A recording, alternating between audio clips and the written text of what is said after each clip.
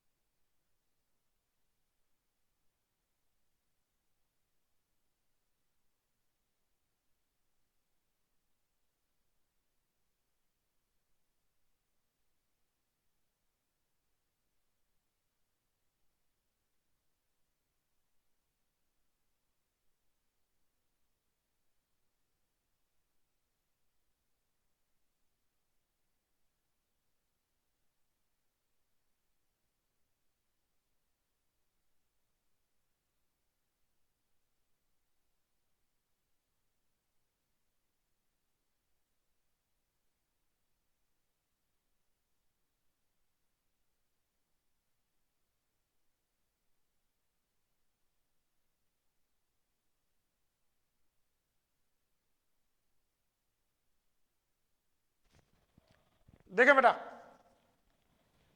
हाँ मैं कह रहा था पेट्रोलियम विश्व के कुछ ही देशों में इसके भंडार हैं। ठीक, सबसे पहले तो बात कर लेते हैं पेट्रोलियम की दृष्टि से जो गल्फ कंट्रीज है यानी कि अरब देश जो हैं वो संपन्न है। चाहे अपन उसमें सऊदी अरब की बात करें, चाहे सऊदी अरब अमीरात की बात करें, चाहे अपन उसमें इराक की बात करें, चाहे आप उसमें ईरान की बात कर लो, चाहे कुवैत की बात कर लो, ठीक है ना। ये जो देश हैं इनमें पेट्रोलियम भरपूर मात्रा में है और इसका कारण यह है कि यहाँ पर है रेगिस्तान। क्या है? और ऐसा माना जाता है कि इस जगह पर बहुत पहले, करोड़ों वर्षों पहले उथल पुथल हुई थी और उसमें जीवाश्म और जीव वगैरह दब गए और उनसे ही पेट्रोलियम बना है। ये भी ध्यान रखना, जीवाश्म से ही पेट्रोलियम बनता है। जीवाश्म का मतलब वनस्पति और जीव, ठीक है ना, समझ में आ गई बात। अच्छा, इसके साथ साथ और भी देश हैं जैसे कि आपका अमेरिका हुआ, अमेरिका के पास भी पेट्रोलियम के भंडार हैं। रूस है, रूस के पास भी पेट्रोलियम के भंडार हैं। ठीक है, ऑस्ट्रेलिया है, उसके पास भी हैं पेट्रोलियम के भंडार। और इंडिया है, इंडिया के पास भी पेट्रोलियम के भंडार अब हैं, थे तो पहले से ही, लेकिन हमारे पास रिसर्च करने की वो टेक्नोलॉजी नहीं थी और ना ही ड्रिलिंग करने की टेक्नोलॉजी थी, जिससे कि हम पेट्रोलियम के उत्पादन में बहुत पीछे रह गए और देशों से।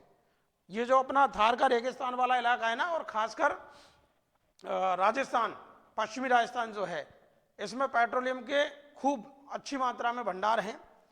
ठीक, इसके साथ साथ चूंकि हमारी समुद्र से सीमा लगती है तो जो अरब सागर वाला क्षेत्र है वहां पर भी पेट्रोलियम के भंडार हैं। एक स्थान है बॉम्बे हाई, पेट्रोलियम उत्पादक क्षेत्र है, ध्यान रखना। और बॉम्बे हाई से ही भारत में सर्वाधिक पेट्रोलियम का उत्पादन होता है अगर अपतटीय क्षेत्र की बात करें तो, और अभी तटीय क्षेत्र की बात करेंगे तो फिर इंडिया से वो राजस्थान से होता है। ठीक है ना। सबसे पहले इंडिया में जो पेट्रोलियम की खोज हुई थी या पता चला था वो चला था डिगबोई असम में। कहां पर? डिगबोई असम, वहां पर हमें पता चला था कि भाई यहाँ पेट्रोलियम, और वहीं से सबसे पहले हमने पेट्रोलियम का उत्पादन भी शुरू किया था इंडिया में। ये बॉम्बे हाई और ये जो थार का मरुस्थल पश्चिमी राजस्थान वाला, ये तो अभी की बात है, नहीं नहीं, ये ज्यादा पुरानी नहीं है। तो कहने का मेरा मतलब ये है कि ज्यादा भंडार है नहीं, और जैसा कि मैंने आपको बताया था कि जो जितने भी खनिज हैं वो एक निश्चित मात्रा में है। ठीक है ना। ठीक, तो उनका एक दिन, ये तो जब निश्चित मात्रा में है और हम उनका दोहन कर रहे हैं तो ये तो निश्चित बात है कि कहीं ना कहीं वो एक दिन खत्म होने, और बहुत जल्दी निकट भविष्य में खत्म हो जाएंगे, ये भी एक फैक्ट है। तो उसके लिए फिर हमने क्या किया है, ऊर्जा प्राप्त करने के लिए और नई नई तकनीकी जो है वो हमने ईजाद की है, जैसे कि सौर ऊर्जा, ठीक है, या इलेक्ट्रिक मोटर व्हीकल। आपको पता है ना, इलेक्ट्रिक मोटर व्हीकल आ चुके हैं मार्केट में। क्यों आए वो? तो इसी वजह से तो आए भाई, पेट्रोलियम है ही नहीं। ठीक है ना। कोयला है अपने पास, कोयला के साथ साथ अगर विद्युत को बनाया जाए तो जल से भी बन जाती है, और जल अपने पास अभी भी प्रचुर मात्रा में है। लंबे समय तक अपन जल से विद्युत बना सकते हैं। उसके बाद और टेक्नोलॉजी विकसित हो जाएगी, सौर ऊर्जा से चलने लग जाएंगे वाहन। ठीक है ना। तो अपन नई नई तकनीकें ईजाद कर रहे हैं, और वो इसी वजह से कर रहे हैं कि हमें पता है कि निकट भविष्य में पेट्रोलियम खत्म होने वाला है। और आज के समय में विश्व में इतनी महत्वपूर्ण चीज है ये पेट्रोलियम कि इसके बगैर किसी भी देश की अर्थव्यवस्था धड़ाम से गिर जाती है। इसीलिए जिन देशों में पेट्रोलियम के भंडार हैं वो देश आज पैसे वाले हैं। चाहे आप सऊदी अरब की बात कर लो, चाहे आप ईरान की बात कर लो, चाहे आप सऊदी अरब अमीरात की बात कर लो। ठीक है ना। ये जो देश हैं इनमें कुछ नहीं है, पेट्रोलियम ही है बस, इसके अलावा और कुछ नहीं है। यहाँ खेती भी नहीं होती, तो इनकी जो पूरी अर्थव्यवस्था है वो पेट्रोलियम से जो पैसा आता है उसी पर टिकी हुई है। ठीक है, समझ में आ गई बात। सऊदी अरब अमीरात, यूएई, सऊदी अरब, दोनों अलग अलग देश हैं। सऊदी अरब अलग देश है, सऊदी अरब अमीरात अलग देश है बेटा। सऊदी अरब में, सऊदी अरब की राजधानी है। हाँ ठीक है। देखें अब आगे, पेट्रोलियम जो है बेटा वो जीवाश्म ईंधन है। कैसा ईंधन है? जीवाश्म। ये मैंने बता दिया, जीवाश्म का मतलब वनस्पति और जीवों के गलने सड़ने के बाद पेट्रोलियम बनता है, इसीलिए इसको क्या बोला जाता है, जीवाश्म ईंधन बोला जाता है। और एक और चीज की जो पेट्रोलियम है वो कौन सी चट्टानों से प्राप्त होगा, अवसादी चट्टानों से। किससे, एक बार फिर से बता देता हूं मैं आपको, जितने भी ईंधन खनिज है वो अवसादी चट्टानों से प्राप्त होंगे, एकमात्र परमाणु खनिजों को छोड़कर। परमाणु खनिज जो है वो आपके आग्नेय चट्टानों से प्राप्त होंगे, और पेट्रोलियम हुआ, गैस हुई या कोयला हुआ, तीनों की तीनों अवसादी चट्टानों से प्राप्त होंगे। क्लियर। आगे देखें, पेट्रोलियम को क्या कहा जाता है, तरल सोना। ठीक है ना। उसके बाद है, भारत में कुल कितनी रिफाइनरीज हैं, 25 रिफाइनरी हैं भारत में।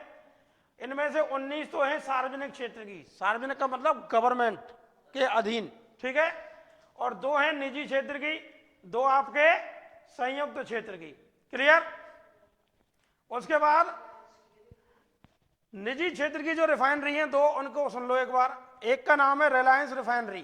कौन सी, रिलायंस रिफाइनरी। ठीक है, कौन सी कंपनी की है, रिलायंस कंपनी की। कौन सी की,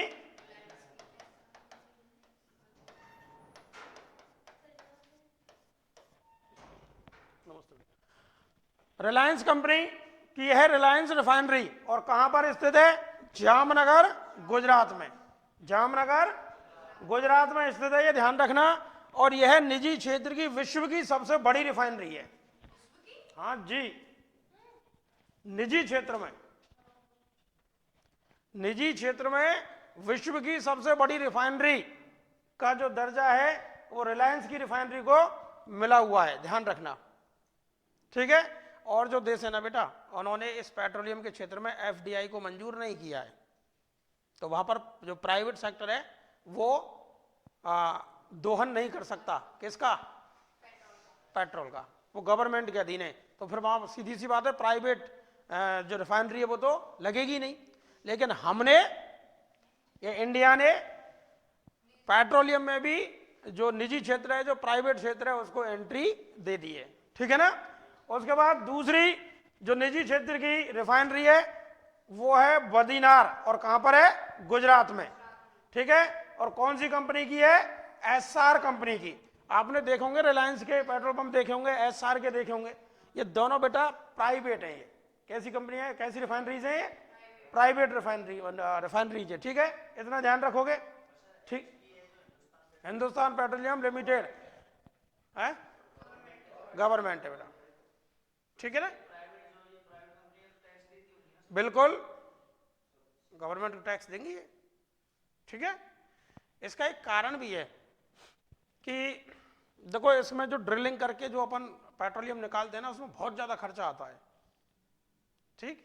और खासकर इंडिया में जो पेट्रोलियम है उसमें मोम की मात्रा ज्यादा है। मोम ज्यादा निकलता है। मोम और निकलता है इससे, हाँ, मोमबत्ती वाला। ठीक है, मोम और निकलता है पेट्रोलियम में। और खासकर ये जो हमारा जो थार के मरुस्थल में जो पेट्रोलियम निकल रहा है ना, इसमें मोम की मात्रा ज्यादा है। ठीक, तो बहुत महंगा पड़ता है। ये कहने का मतलब ये पेट्रोलियम का उत्पादन करना। ठीक है, नहीं ये बुरा है, इन चीजों की मात्रा कम है या कि ज्यादा है। ठीक है। और चूंकि ये चीज इंटरनेशनल मार्केट में सस्ती बिकती है, तो फिर सीधी सी बात है, नुकसान ही होगा अपन को ना। तो बात यही है कि इसीलिए ये थोड़ा सा महंगा पड़ता है, तो हमने प्राइवेट कंपनियों को इसमें एंट्री दे दी है कि ठीक है भाई, आप देख लो, अगर आप कर सको तो उनको बच रहा है कुछ भी तो वो कर रहे हैं। ठीक है, समझ में आ गई बात। आगे चलें बेटा, एक आध दो और बढ़ गई होंगी, उनने छोड़ो, आप ऐसे, आप तो कोई ना पूछ रहा ना। आपको ये ध्यान रखना है कि 2 निजी क्षेत्र में और 2 संयुक्त क्षेत्र में। संयुक्त क्षेत्र का मतलब है गवर्नमेंट प्लस, वो भी आएंगे आपके सामने ना, देखें। हाँ, संयुक्त क्षेत्र की रिफाइनरी देखें बेटा, एक है बठिंडा पंजाब में, HP Hindustan petroleum corporation limited. कैसी है ये, संयुक्त क्षेत्र की है। ठीक है, किसकी है, संयुक्त क्षेत्र की। उसके बाद है एक बीना मध्य प्रदेश में, BPCL Bharat petroleum corporation limited. ठीक है ना। तो ध्यान रखना, निजी क्षेत्र की एक तो हो गई आपकी रिलायंस, ठीक है, और एक हो गई एसआर की। रिलायंस की जो है वो जामनगर गुजरात में है, और एस्सार की जो है वो बद्रीनाथ गुजरात में, ठीक है। निजी क्षेत्र की दोनों गुजरात में स्थित हैं। दूसरी अगर संयुक्त क्षेत्र की बात करें तो इनमें एक तो है HPCL और एक है BPCL। HPCL जो है वो बठिंडा पंजाब में और BPCL जो है वो बीना मध्य प्रदेश में। क्लियर, ये चीजें आपको याद रखनी है, ठीक है। आगे देखें, हाँ जी, इसीलिए संयुक्त में बताइए, ठीक है। देखें, विश्व का सबसे बड़ा तेल उत्पादक देश, सर्वाधिक तेल का उत्पादन सऊदी अरब करता है, ठीक है, इसीलिए उसके पास पैसा है। पानी नहीं है उसके पास पीने के लिए, वहां पानी सोने के मोल बिकता है ना। वहां पर जो पेट्रोलियम है वो 5 से 10 रुपया लीटर मिल जाता है, पेट्रोल वगैरह या कुछ भी है, हाँ। लेकिन पानी की कीमत में 1 लीटर की 100 रुपया है। इसीलिए मैं जब आपको महाद्वीप पढ़ा रहा था या महासागर पढ़ा रहा था उस समय मैंने आपको एक चीज बताई थी कि एक पाइपलाइन बिछाई जा रही है इंडिया से सऊदी अरब के लिए, और वो उसमें 3 चीजें हैं या 3 पाइपलाइनें हैं या 3 टीयर हैं। एक में होकर यहां से इंडिया से पानी जाएगा, एक लाइन में होकर वहां से पेट्रोल आएगा, ठीक है, और एक जो है वो ट्रेन के लिए, उसमें होकर ट्रेन जाएगी, व्यक्ति आवागमन कर लेंगे। क्लियर, समझ में आ गई बात।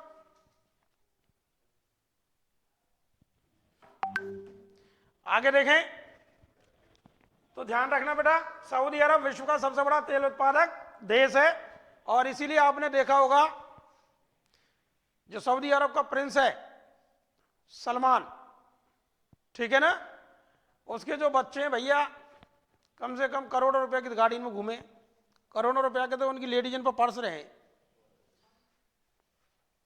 क्यों? क्योंकि पैसा है, ठीक है। दूसरा, विश्व की सबसे ऊंची जो इमारत है बुर्ज खलीफा, वही विश्व के जो 7 आश्चर्य हैं यानी 7 अजूबे, वो सारे के सारे वहां बना दिए। समझ में आ रही बात। तो उससे क्या हुआ, उससे उसका टूरिज्म बढ़ा है, टूरिज्म बढ़ रहा है तो रेवेन्यू प्राप्त हो रहा है, अर्थव्यवस्था में हेल्प हो रही है उसकी में है।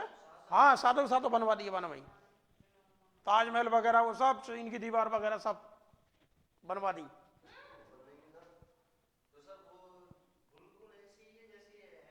हाँ और क्या, तभी तो लोग देखने जाते हैं वहां, वरना क्यों जाएंगे।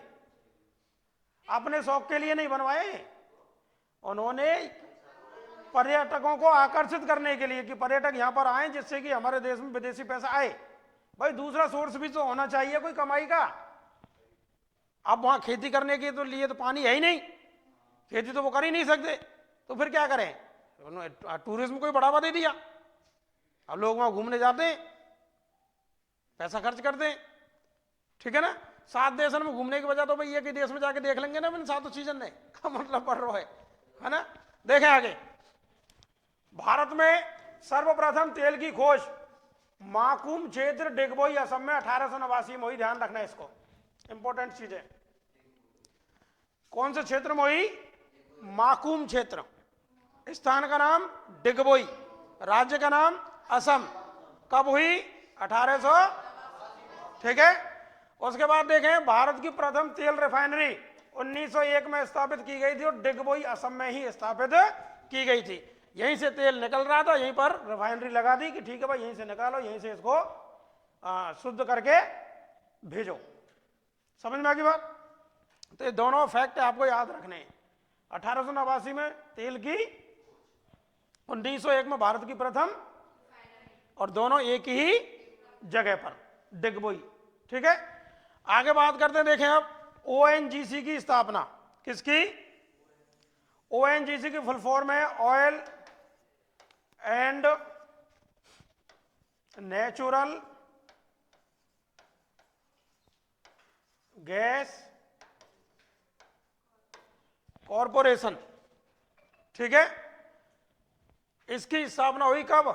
1956। इसका काम क्या था?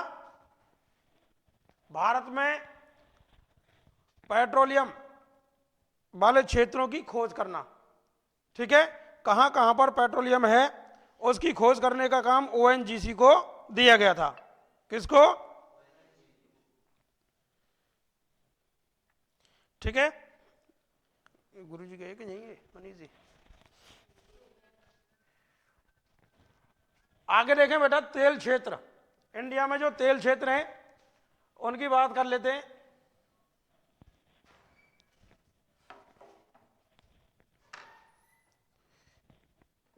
वहां चले जाओ, सीएनजी करवा लो, नहीं फिर लेट हो जाओ।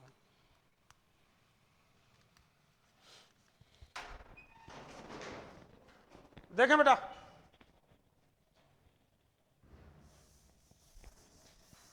इसको ना थोड़ा सा ढंग से देख लेना है ना। मैं अभी तटीय और अपतटीय की बात कर रहा था ना, ये वो चीज है। ठीक है, तेल क्षेत्र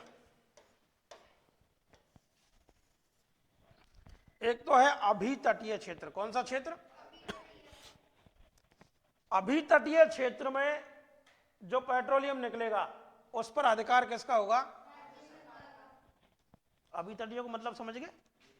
तट के भीतर, इट मींस किसी देश के स्थल खंड पर। ठीक है? हाँ वही है, और क्या? तो ये खनिज ही तो है पेट्रोलियम भी बेटा। ठीक है, दूसरा अपतटीय। अपतटीय का मतलब तट से बाहर समुद्र में। ठीक है, और यहां पर जो तेल निकलेगा उस पर किसका अधिकार होगा? समझ में आ गई बात? कितना अच्छा क्वेश्चन बनेगा ये। अभी तटीय क्षेत्र में पेट्रोलियम पर किसका अधिकार होता है? केंद्र सरकार का, राज्य सरकार का, या दोनों का? उत्तर होगा राज्य सरकार। और अपतटीय पर? क्लियर? ठीक है, दूसरा अभी तटीय क्षेत्र कहां कहां पर है? देखो, भारत में गुजरात में पेट्रोलियम है, उत्पादन होता है। राजस्थान में पेट्रोलियम है, उत्पादन होता है। असम पेट्रोलियम है, उत्पादन होता है। 3 ही राज्य हैं जिनमें पेट्रोलियम का उत्पादन होता है। 3 ही राज्य हैं बस स्थल खंड पर। उसके बाद अपतटीय क्षेत्र की बात करें तो पश्चिमी अपतटीय क्षेत्र। कौन सा? यानी कि अरब सागर वाला क्षेत्र। कौन सा? और नेक्स्ट है पूर्वी अपतटीय क्षेत्र। ठीक है ना, पूर्वी अपतटीय क्षेत्र यानी बंगाल की खाड़ी वाला एरिया। क्लियर? पश्चिमी अपतटीय क्षेत्र में अधिक उत्पादन होता है, ये ध्यान रखना। इसमें कम और इसमें अधिक। समझ में आ गई बात? ठीक है, आगे चले, यहां तक कोई परेशानी नहीं होगी। अभी तटीय अपतटीय समझ में आ गए। ठीक है, एक क्वेश्चन और भी तो बन जाता है आपसे, वो पूछ ले कि बॉम्बे हाई जो पेट्रोलियम उत्पादक क्षेत्र है वो अपतटीय में आता है या अभी तटीय में आता है? ये चीज समझ जाओगे ना? ठीक है ना, क्यों आता है बॉम्बे हाई अपतटीय में? क्योंकि वो अरब सागर में स्थित है, वो स्थल खंड पर नहीं है। क्लियर? आगे चले, देखें बेटा, भारत में पेट्रोलियम का सर्वाधिक उत्पादन देखें अपतटीय क्षेत्र से। कहां से होता है और कितना %? मुंबई हाई इसी के अंतर्गत। मुंबई हाई जो क्षेत्र है वो अपतटीय क्षेत्र के अंतर्गत आता है। क्लियर? ठीक है, उसके बाद अब अभी तटीय में आ जाएं तो राजस्थान, गुजरात और असम। ठीक है,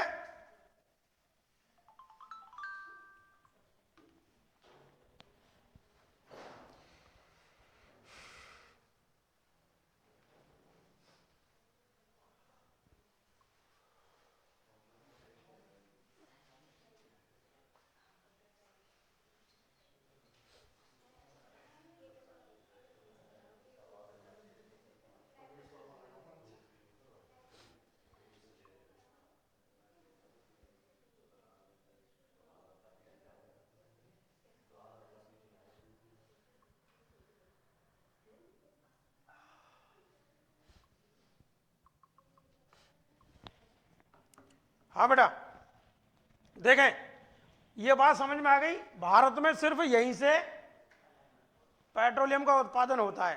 एक है आपका अपतटीय क्षेत्र, एक है आपका राजस्थान, एक गुजरात और एक असम।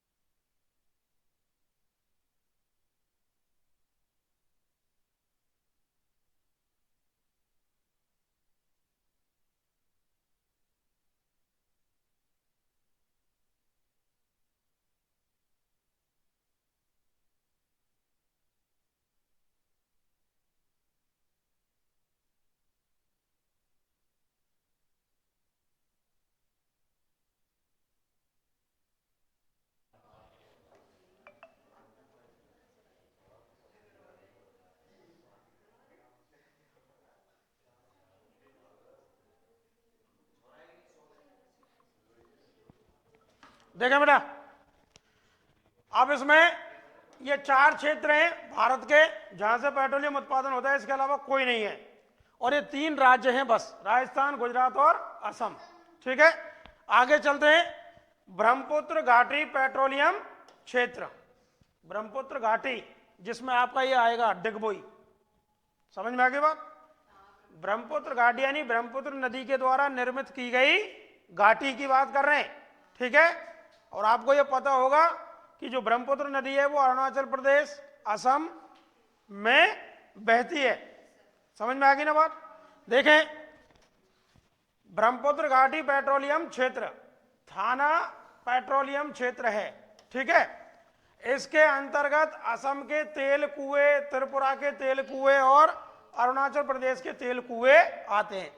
क्वेश्चन कैसे पूछा जाएगा वो सुन लो आप, कि असम का जो डिगबोई क्षेत्र है वो किसके अंतर्गत आता है? उत्तर होगा ब्रह्मपुत्र घाटी के अंतर्गत, या ब्रह्मपुत्र घाटी पेट्रोलियम क्षेत्र के अंतर्गत, या त्रिपुरा के कुएं या फिर अरुणाचल प्रदेश के तेल के कुएं। बहुत कम मात्रा में है, उत्पादन होता है यहां से, लेकिन है। ठीक है, तो ये सारे के सारे किसमें आएंगे? ब्रह्मपुत्र घाटी पेट्रोलियम क्षेत्र में। ठीक है, आगे बात कर लेते हैं। इस ब्रह्मपुत्र घाटी पेट्रोलियम क्षेत्र की जो रिफाइनरी है, क्या है? ऐसा तो है ना भाई कि त्रिपुरा में पेट्रोलियम का उत्पादन हो रहा है और वह रिफाइन करने के लिए मथुरा लाया जाएगा, तो बहुत महंगा हो जाएगा इस हिसाब से। तो फिर तो वहीं पर क्या किया, वहीं पर रिफाइनरी स्थापित कर दी। ठीक है, देखें, इस ब्रह्मपुत्र घाटी पेट्रोलियम क्षेत्र में की जो रिफाइनरी है, एक तो है वो, सॉरी, 2 है असम में, एक डिगबोई और एक नूनमती। ठीक है, 2 रिफाइनरी असम में हो गई। एक बिहार में है बरौनी, कौन सी है? बरौनी। एक पश्चिमी बंगाल में है हल्दिया। ठीक है, और एक उड़ीसा में पाराद्वीप। ये नवीनतम है, ध्यान रखना। हाँ जी, हाँ, सबसे नवीनतम यही है। ठीक है, तो अब मेरी बात सुन ले एक बार फिर दोबारा से ध्यान से। ये डायरेक्ट पूछी जाएंगी कि नूनमती रिफाइनरी किस राज्य में है? डिगबोई की तो सबन ने पता है, नूनमती पूछी जाएगी असम में, हल्दिया पश्चिमी, बरौनी, बासे बरौनी, बासे बिहार, उसके बाद है पाराद्वीप। ये ऐसे ध्यान रखनी है। ठीक है, आगे बात समझ में? ठीक, नेक्स्ट आगे चलें। उसके बाद है बेटा इस क्षेत्र की पाइपलाइन, ये देख लो, जो ब्रह्मपुत्र घाटी नदी क्षेत्र है उसकी जो तेल पाइपलाइन है उनकी बात कर लेते हैं। तो इसमें सबसे पहले है नहर कटिया नूनमती बरौनी पाइपलाइन। ठीक है, नहर कटिया नूनमती बरौनी पाइपलाइन। नहर कटिया कहां पर है? असम में स्थान है एक। कहां पर है? ठीक है, यहां से एक पाइपलाइन बिछाई गई है और वो पाइपलाइन कहां आती है? नूनमती। कहां पर? नूनमती। क्यों? नूनमती क्या है?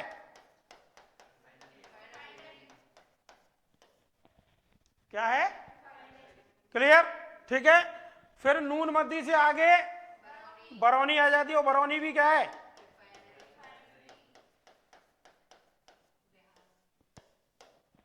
क्लियर? और है कहां पर? बिहार में। ठीक है ना? तो ध्यान रखना बेटा, असम के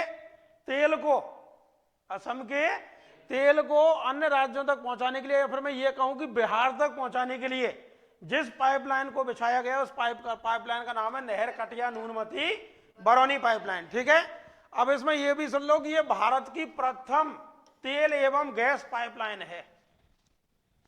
दोनों ही चीजें जाती है, 2 पाइपलाइन बिछाई गई है, एक तेल के लिए और एक गैस के लिए, और दोनों एक साथ बिछाई गई है। ऐसा मत सोचियो भाई मैं के तेल आ रहा हूं, भाई मैं के गैस, तो गैस भी है वहां पे, गैस भी है। ठीक है, ध्यान रखना इस चीज को। तो ये आपसे डायरेक्ट पूछा जाएगा, नहर कटिया नूनमती बरौनी पाइपलाइन।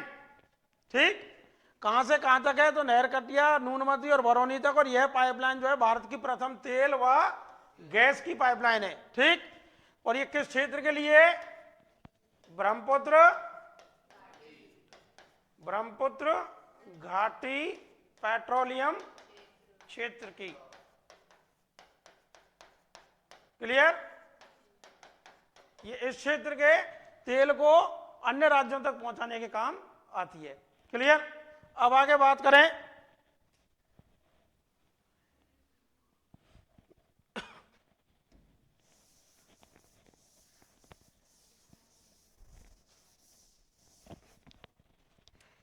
गुजरात एवं राजस्थान के तेल क्षेत्र, इनको सुन लो। गुजरात एवं भारत में अभी तटीय तेल क्षेत्र में राजस्थान प्रथम स्थान पर है। बताया था ना मैंने, अभी तटीय यानी कि स्थल खंड से, ठीक है ना, स्थल खंड से पेट्रोलियम के उत्पादन में राजस्थान प्रथम नंबर पर है। असम नहीं है, ना ही गुजरात है। समझ में आ गई बात? सर्वाधिक तेल का उत्पादन अगर स्थल खंड में कहीं से होता है तो वो करता है राजस्थान। क्लियर? ठीक है। राजस्थान 22% तेल का उत्पादन करता है। कितना? इंडिया में जो 100% तेल का उत्पादन होता है उसमें से 22% तेल का उत्पादन राजस्थान करता है। ठीक है, आगे चले। राजस्थान के तेल के कुएं बीकानेर में नहीं है बेटा, जितने भी तेल के कुएं हैं वो सब बाड़मेर में हैं। हाँ, एक आध छोड़ के, एक आध जैसलमेर में है तेल का कुआं, वरना बाड़मेर में तेल के कुएं हैं और जैसलमेर में गैस के कुएं हैं। हाँ जी, पढ़ाया तो था, पढ़ाया था ना। तेल के कुएं बाड़मेर और गैस के कुएं जैसलमेर। ठीक है ना, कोई एक आध अपवाद है उसको छोड़कर। क्लियर? देखें, राजस्थान के तेल के कुएं, बाड़मेर में जो तेल के कुएं स्थित है उनका नाम है मंगला, भाग्यम, ऐश्वर्य और शक्ति। ये चारों के चारों किसके कुएं? तेल के कुएं, और बाड़मेर में स्थित है राजस्थान में। क्लियर? उसके बाद है राजस्थान के पेट्रोलियम में किसकी मात्रा ज्यादा है? ठीक है, इसीलिए और राजस्थान में पेट्रोलियम की ड्रिलिंग करना थोड़ा महंगा पड़ता है। समझ में आ गई बात? लेकिन ड्रिलिंग कर रहे हैं अपन, कोई दिक्कत नहीं है। हाँ, वेरी गुड ना। अरे आपकी बात पे विश्वास है, मैं पूरे पूरे क्या बात कर दी आपने साहब, बयान आ रहे हो। हाँ, आगे बताओ। अच्छा, कछु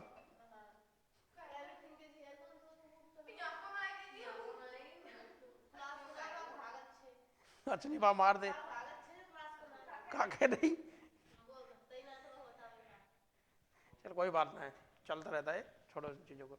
मेरी बात सुने, आपने क्वेश्चन पूछा कि यूपी में जो पेट्रोल है या डीजल है वो सस्ता है। बहुत अच्छी बात है और सही कहा आपने, लेकिन वो क्यों है, उसका कारण बताओ। नहीं, आपने क्वेश्चन पूछा नहीं था, आपने जवाब दिया था सीधा। हाँ, आपने ये कहा था कि यूपी में सस्ता मिलता है, या हम क्वेश्चन कहाँ है? अब मैं क्वेश्चन पूछ रहा हूँ क्यों, उसका जवाब दो। एक मिनट बेटा, एक एक करके जवाब दिया करो। हाँ कमल, अब जो ना पता पर क्यों का बताई। अब भाई यूपी में कबू कबू तेल ना निकलो, ना निकलो पेट्रोल।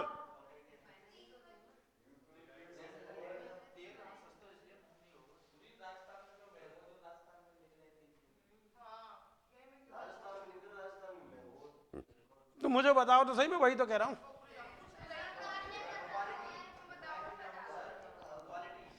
क्वालिटी नो, कोई बात नहीं, सुन लो। अरे सुन लो, राजस्थान में तेल महंगा क्यों है और यूपी में तेल सस्ता क्यों है? मेरी बात सुने, यहां पर है तेल का कुआं, मजा नहीं आया।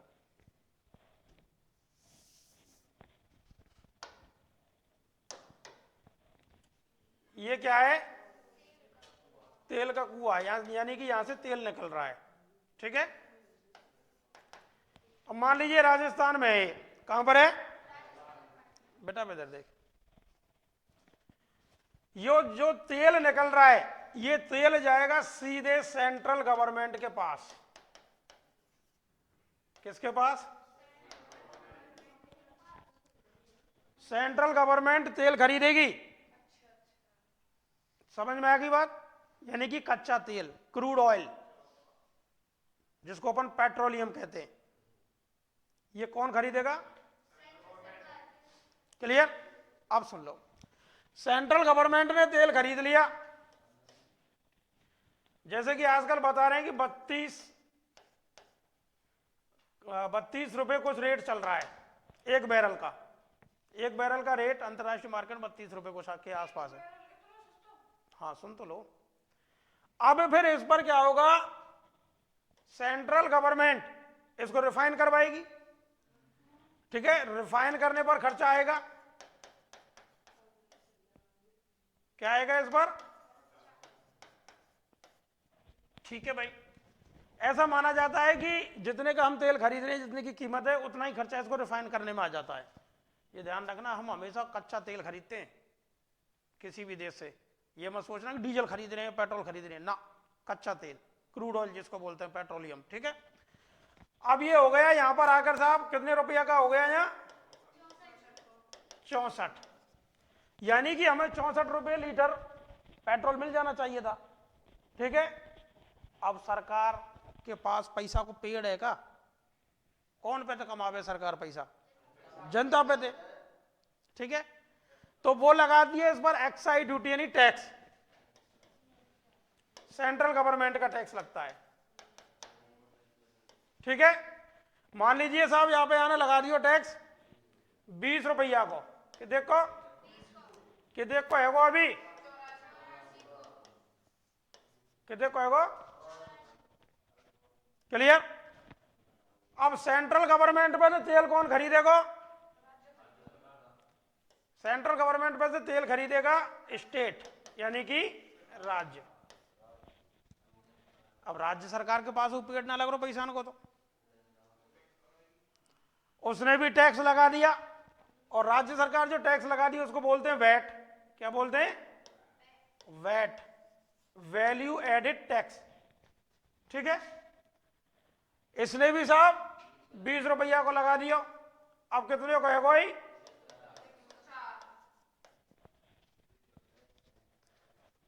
ठीक है? ये ऐसे हो रहा है पूरा सिस्टम।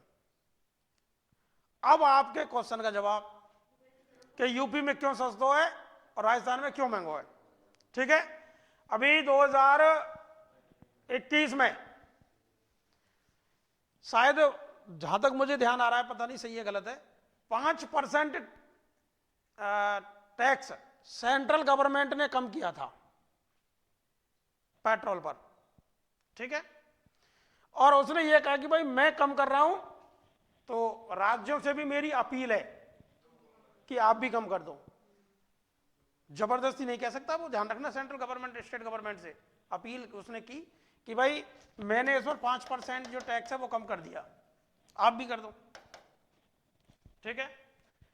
अब राजस्थान में हमारे भाई साहब अशोक गहलोत जी, ना पैसा कम नहीं होगा, टैक्स कम नहीं होगा साहब, ठीक है? उन्होंने अपना स्टेट का जो टैक्स था वो कम नहीं किया। समझ में आ गई बात? ये जो पेट्रोल था ये मित्रों ध्यान रखना 115 पे 114 के आसपास पहुंच गया था, ठीक है? और जब सेंट्रल गवर्नमेंट ने इस पर से टैक्स कम किया, मेरे हिसाब से 5% ही कम किया था, तो वो घटकर आ गया 106 पे, 105 पे, ठीक है ना?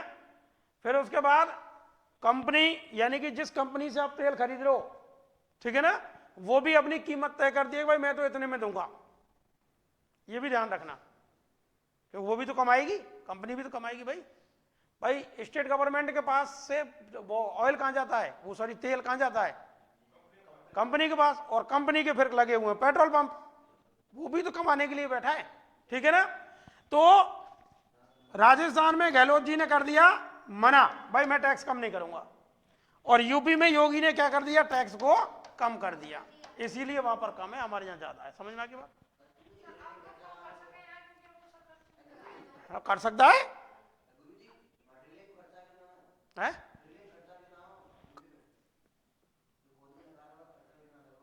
यूपी से मतलब नहीं है भाई, ड्रिलिंग का तो राजस्थान से कोई लेना देना नहीं है। राजस्थान गवर्नमेंट जो है वो उसका अधिकार है, मान लिया हमने तेल के कुएं पर, लेकिन वहां पर शायद केयर्न और ओएनजीसी ये दो वो लगी हुई हैं, ठीक है, कंपनियां तेल को निकालने के लिए, ठीक, उसमें से कुछ हिस्सा इसका गवर्नमेंट के पास आता है। तेल को बेच दो वो कंपनी रही है जिनको हमने ठेका दिया ना कि तू तेल निकालने आते, ठीक है ना, वो निकाल रही है और वो बेच रही है सेंट्रल गवर्नमेंट को, और स्टेट गवर्नमेंट जो है वो उस कंपनी से पैसा ले रहा है कि भाई तू मेरे यहाँ पे आके ऐसे कर रहा हो तो पैसा दे। समझ में आ रही बात?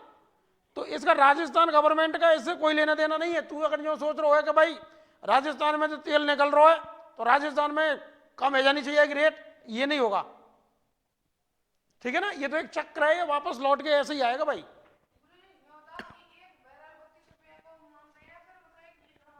एक बैरल होता है, लीटर नहीं होता, एक बैरल।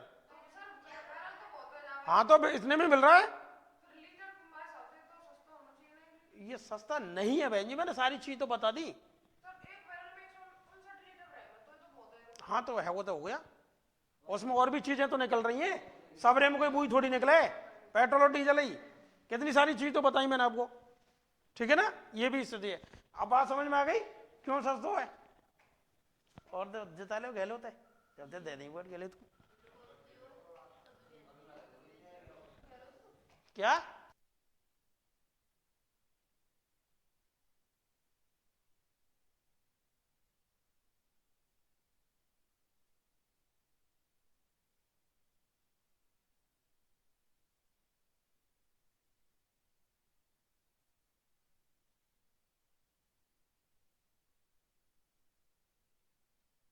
देखे बेटा, उसके बाद राजस्थान के पता चल गया बाड़मेर में कौन कौन से तेल के कुएं, मंगला, ऐश्वर्य, भाग्यम और शक्ति, ठीक है।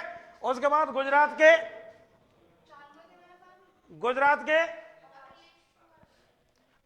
के जो हैं वो है अंकलेश्वर लुनेज क्षेत्र, कहां पर है? गुजरात में। खंबात क्षेत्र कहां है? अहमदाबाद, महसाणा, कलोल क्षेत्र कहां है? तो इसमें यही ध्यान रखना है, ये अहमदाबाद महसाणा ही तो नाम तो याद हो जाएगा, दूसरा खंबात ये आसानी से पता चल जाएगा, सब दोनों गुजरात में है। ये ऊपर वाले को याद रखना है, अंकलेश्वर लुनेज क्षेत्र, है ना, किस राज्य में ये पेट्रोलियम क्षेत्र? तो गुजरात में। किसमें? क्लियर? अब देखें बेटा इस क्षेत्र की रिफाइनरी, कौन से क्षेत्र की? गुजरात वाले क्षेत्र की रिफाइनरी देखें, और इसके साथ साथ आप राजस्थान की भी रिफाइनरी, ठीक है ना, देखें।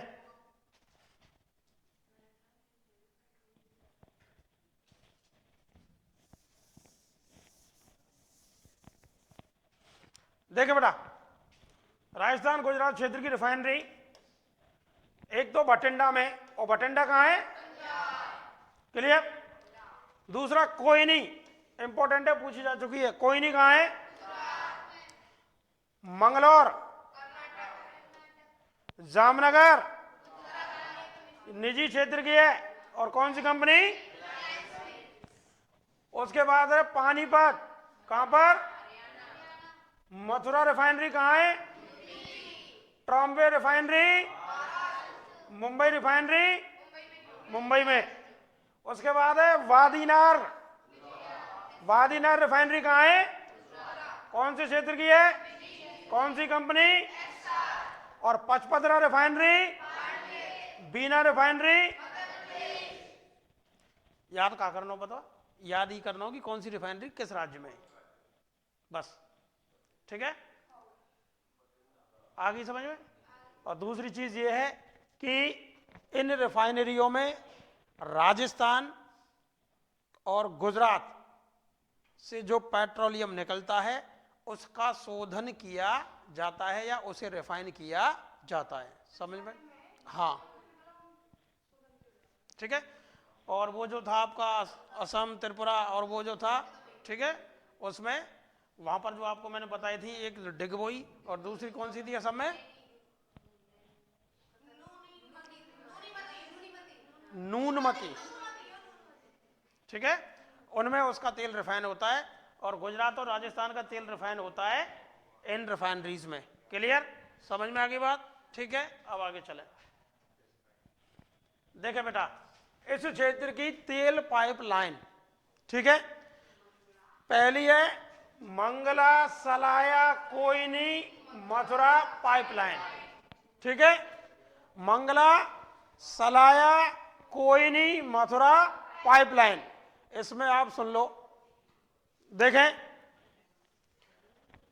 मंगला कहां है? राजस्थान में। कहां पर है? राजस्थान से एक पाइपलाइन बिछाई गई सलाया गुजरात के लिए। कहां के लिए? सलाया गुजरात के लिए। सलाया गुजरात से एक पाइपलाइन बिछाई गई कोयनी के लिए। कहां के लिए? कोयनी के लिए। और उसके बाद कोयनी से ये सीधा कहां पहुंच गया? मथुरा रिफाइनरी में। ठीक है, तो ये ध्यान रखना बेटा, ये दो पाइपलाइन है। कितनी है? दो पाइपलाइन। ठीक, दूसरी यह और देख लो, यह कौन नाम है? Bombay high Ankleshwar Koyali Mathura pipeline. ठीक है, बॉम्बे हाई यानी कि यहां से जो तेल निकल रहा है, इसको मथुरा तक पहुंचाने के लिए इस पाइपलाइन को बिछाया गया। और ये कहां होकर जाती है? बॉम्बे से अंकलेश्वर, अंकलेश्वर से कोयनी, और कोयनी से फिर। अब एक चीज आप ध्यान रखिए तुम, बॉम्बे हाई अंकलेश्वर कोयनी मथुरा पाइपलाइन और मंगला सलाया कोयनी मथुरा पाइपलाइन, ये दोनों कहां पर मिल रही हैं? कहां मिल रही हैं? ध्यान रखोगे, राजस्थान के तेल को मथुरा तक पहुंचाने के लिए मंगला सलाया कोयनी मथुरा पाइपलाइन बिछाई गई है। बॉम्बे हाई के तेल को मथुरा तक पहुंचाने के लिए बॉम्बे अंकलेश्वर कोयनी मथुरा पाइपलाइन बिछाई गई है। ठीक है, बात आ गई समझ में? क्लियर। अब बात कर लें, देखें आगे, नोट, देश की सबसे बड़ी हीटेड पाइपलाइन है कौन सी? मंगला सलाया कोयनी पाइपलाइन। यह ध्यान रखियो, देश की सबसे बड़ी हीटेड पाइपलाइन। बड़ी का मतलब लंबी, बड़ी का मतलब लंबी। समझ में आ गई बात? सबसे लंबी वैसे ना है, सबसे लंबी हीटेड पाइपलाइन है। अब हीटेड को मतलब क्या हुआ? गरम। काला और एन में ऐसा गरम करवे को हीटर ही लगे हुए होते होंगे। का आग लग जाएगी का? अच्छा, देखो ये जो पाइपलाइन है बेटा, ये ऐसी वैसी पाइपलाइन ना है कि ये एक पाइपलाइन है और वहां में हीटर धर दियो तुमने, वह हीटर के ऊपर है उजारो है, ऐसा कुछ नहीं है। कई सारी लेयरों में बनी हुई पाइपलाइन है।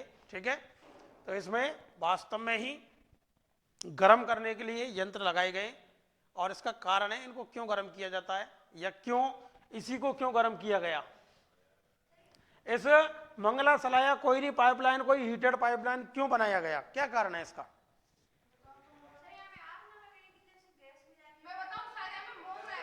हाँ, चल गो ना दिमाग, क्योंकि राजस्थान में जो पेट्रोलियम निकल रहा है उसमें मोम की मात्रा अधिक है। अगर इसको अपन गर्म नहीं करेंगे पाइपलाइन को, तो मोम जम जाएगा, और मोम जम गया तो फिर वो जो क्रूड ऑयल है वो आगे नहीं बढ़ पाएगा।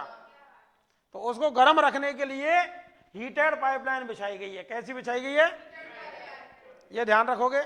तो सलाया मंगला कोयनी मथुरा पाइपलाइन राजस्थान के पेट्रोलियम को मथुरा तक पहुंचाने के लिए बिछाई गई है, और ये हीटेड पाइपलाइन है, भारत की सबसे बड़ी या लंबी हीटेड पाइपलाइन है। दूसरे बॉम्बे हाई जो क्षेत्र का जो पेट्रोलियम है उसको मथुरा तक पहुंचाने के लिए बॉम्बे हाई अंकलेश्वर कोयनी मथुरा पाइपलाइन बिछाई गई है। क्लियर?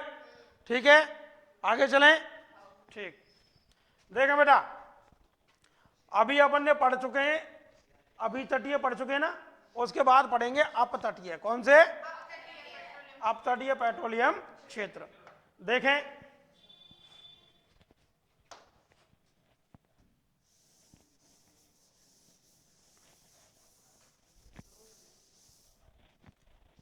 देखें बेटा, इस पर केंद्र सरकार का अधिकार, ठीक है। अपतटीय क्षेत्र मैंने अभी आपको बताया भारत में दो हैं, है ना, एक तो पश्चिमी अपतटीय क्षेत्र और एक पूर्वी अपतटीय क्षेत्र में नगण्य, हाँ, मात्रा में है, इसलिए इसको पढ़ना जरूरी नहीं है, यहां देख लें पर आप। पश्चिम अपतटीय क्षेत्र में एक तो पेट्रोलियम क्षेत्र है अलीबेट, कौन सा है और कहां है, दूसरा बॉम्बे कहां है, और तीसरा बसीन कहां है, पता ही ना, आगे चल रहे हैं, मुझे ही नहीं पता।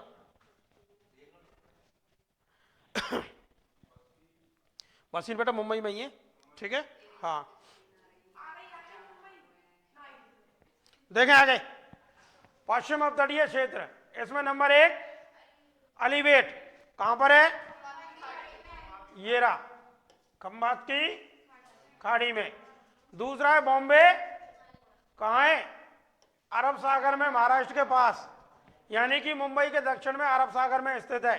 अब एक चीज और सुन लो इसकी, बॉम्बे आई की खोज कब हुई, उत्पादन शुरू कब हुआ, ठीक है।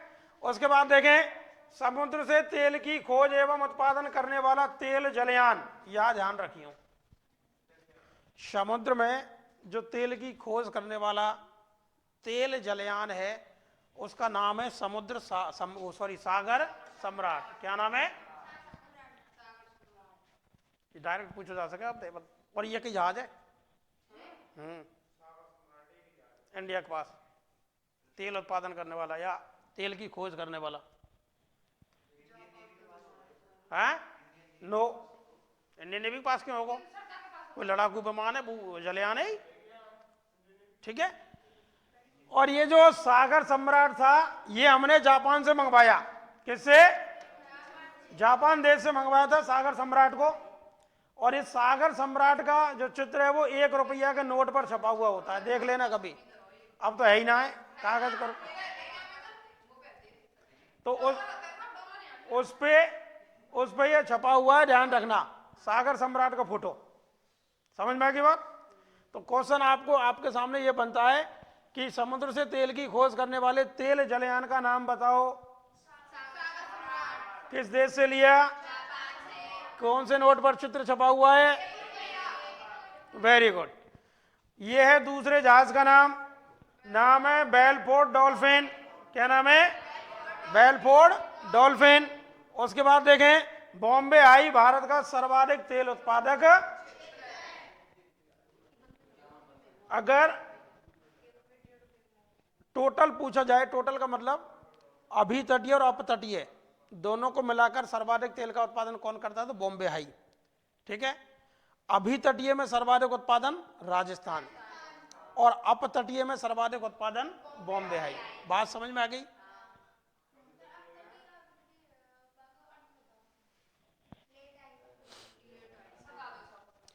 अभी तटीय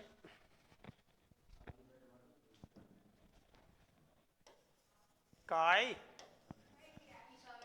वो तो भारत से लग रहा हो, अच्छा, यहाँ का है,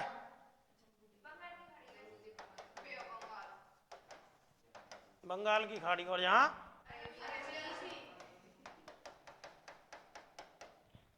ठीक है। सागर वाला जो क्षेत्र है, यहां से अगर कोई खनिज निकल रहा है तो वो कहलाता है अपतटीय क्षेत्र। क्या कहलाएगा,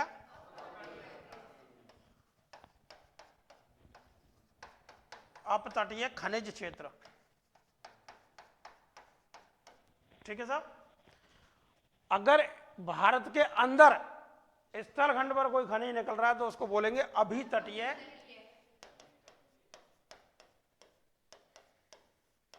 अभी तटीय खनिज क्षेत्र। बात समझ में आ गई है, समझ गए ना, अब चले आगे, धन्यवाद। देखिए बेटा, उसके बाद है बसीन, कौन सा, बसीन क्षेत्र, यहां भारत का सर्वाधिक तेल भंडार है। क्या है? सर्वाधिक तेल भंडार बसीन में है और सर्वाधिक तेल का उत्पादन बॉम्बे हाई से होता है। ठीक है, क्लियर? अब आगे देखें,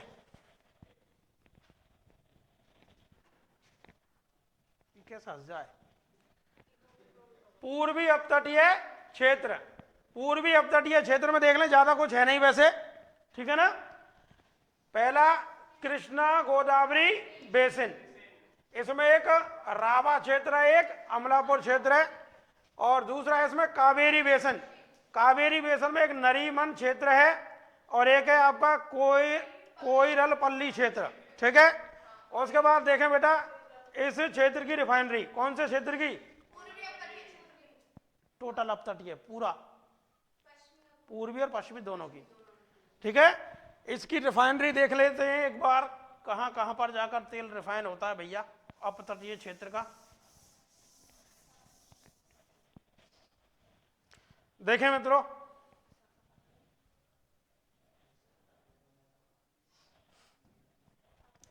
आंध्र प्रदेश, आंध्र प्रदेश में तेल रिफाइनरी है, विशाखापट्टनम और तातीपाका, ये दो रिफाइनरी कहाँ है? आंध्र प्रदेश में। तमिलनाडु में देखते हैं तो एक चेन्नई में और एक नरीमन में या नरीमानम में। ठीक है, केरल में देखते हैं तो कोच्चि में, कर्नाटक में देखते हैं तो, और ये सार्वजनिक क्षेत्र की सबसे बड़ी रिफाइनरी है, ध्यान रखना, कौन सी? बेंगलोर वाली। निजी क्षेत्र की सबसे बड़ी रिलायंस, जामनगर गुजरात में, और सार्वजनिक क्षेत्र की सबसे बड़ी रिफाइनरी कौन सी है? मंगलौर सार्वजनिक, और कहां पर है? कर्नाटक। ये सबसे बड़ी सार्वजनिक क्षेत्र की रिफाइनरी है। क्लियर? ठीक है, परमाणविक खनिज, परमाणविक खनिज, ये आपको पता है ऊर्जा के सबसे बड़े, मैं ये तो नहीं कह रहा सबसे बड़े, लेकिन बहुत अधिक मात्रा में ऊर्जा प्रदान करने वाले खनिज हैं। और परमाणविक खनिजों में भी एक यूरेनियम है, एक थोरियम है, एक प्लूटोनियम या प्लेटिनियम जो है। ठीक है, प्लेटिनम नहीं है बेटा, हाँ, ठीक है। तो ये सब क्या है? ये परमाणविक खनिज हैं, और इनमें नाभिकीय विखंडन की क्रिया के द्वारा हमें ऊर्जा प्राप्त होती है। ठीक है, क्लियर? यूरेनियम बेटा उसमें परमाणु में हमेशा विखंडन होता है, और खासकर यूरेनियम में विखंडन होता है। ठीक है, वो तो सूरज में होता है, सूर्य में संलयन की क्रिया होती है। ठीक है, देखें यूरेनियम की बात कर लें, भारत में बहुत कम मात्रा में यूरेनियम है, ये सुन लें आप। भारत अपनी आपूर्ति लायक भी यूरेनियम नहीं निकाल पाता, और नहीं निकाल पाता इसका कारण ये कि भारत में यूरेनियम है ही नहीं, है तो बहुत कम मात्रा में। इसीलिए हम यूरेनियम के लिए हमेशा से ही दूसरे देशों पर निर्भर रहे, है ना। तो देख लेते हैं वैश्विक स्तर की स्थिति, देख लेते हैं कि विश्व में सर्वाधिक भंडार यूरेनियम के कहां पर है, लेकिन सर्वाधिक उत्पादन कौन करता है? क्लियर? सर्वाधिक भंडार ऑस्ट्रेलिया में और सर्वाधिक उत्पादन कनाडा करता है यूरेनियम का। ये तो वैश्विक स्तर की बात हो गई। उसके बाद बात करें कि भारत में यूरेनियम का सर्वाधिक उत्पादन, एक खान है, खान का नाम है जादूगढ़ा की खान, और कहां है? यह ध्यान रखिए, इसीलिए पूछी जाती है खान। ठीक है, यूरेनियम की खान, जादूगढ़ा की खान झारखंड में, ध्यान रखना, सर्वाधिक यूरेनियम का उत्पादन भारत में इसी खान से होता है। उसके बाद राजस्थान में भी है, राजस्थान में एक उमरा की खान है जो कि उदयपुर में स्थित है। ठीक है, तो राजस्थान के उदयपुर जिले की उमरा की खान से यूरेनियम प्राप्त होता है, और झारखंड की जादूगढ़ा की खान से यूरेनियम प्राप्त होता है। ठीक है, आगे देखें थोरियम, कौन सा? थोरियम की बात करें, यह भी परमाणविक खनिज है। भारत का विश्व में, भारत के केरल में इसका जमाव पाया जाता है। किसका? थोरियम का। यह चीज ध्यान रखना, कई बार पूछा जा चुका है भारत के किस राज्य में थोरियम पाया जाता है। उत्तर होगा केरल। क्या होगा?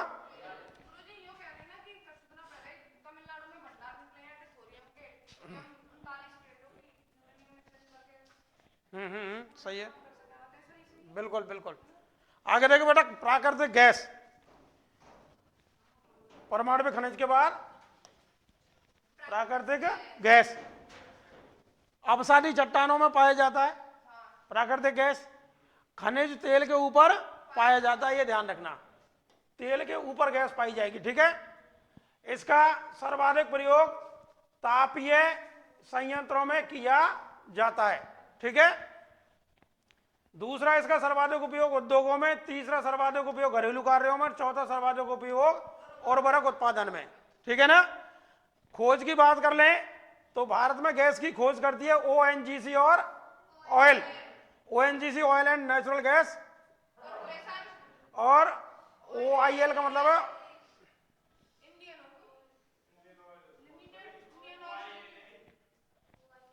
हाँ Indian oil limited, Indian oil limited. उत्पादक क्षेत्र देख लें गैस के, मुंबई हाई, गुजरात का जगतिया क्षेत्र और असम का नहर कटिया। कौन सा है? नहर कटिया, असम का। डिगबोई नहीं, डिगबोई से पेट्रोलियम निकलता है और असम के नहर कटिया से गैस निकलती है। वो जो पाइपलाइन बिछाई गई ना, भारत की प्रथम तेल एवं गैस पाइपलाइन, नहर कटिया, डिगबोई, बरौनी, ठीक है। आगे देखें,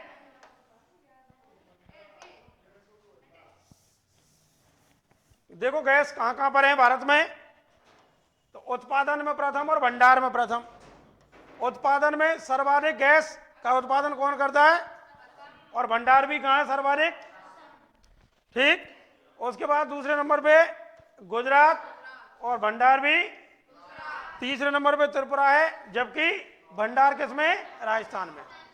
आपको पहले ही दो याद रख लें बस, सर्वाधिक उत्पादन भी असम में और भंडार भी, क्लियर। आगे चलें, खत्म ही होगा अभी। हाँ भाई, इसी के साथ आपका ये जो खनिजों वाला टॉपिक था वो होता है समाप्त। कल अपन पढ़ेंगे परिवहन, भारत का परिवहन, और परिवहन के बाद पढ़ेंगे जनगणना, और जनगणना के बाद है एक वन एवं वन्य जीव, उसके बाद आपकी ज्योग्राफी समाप्त, क्लियर। हाँ जी, धन्यवाद।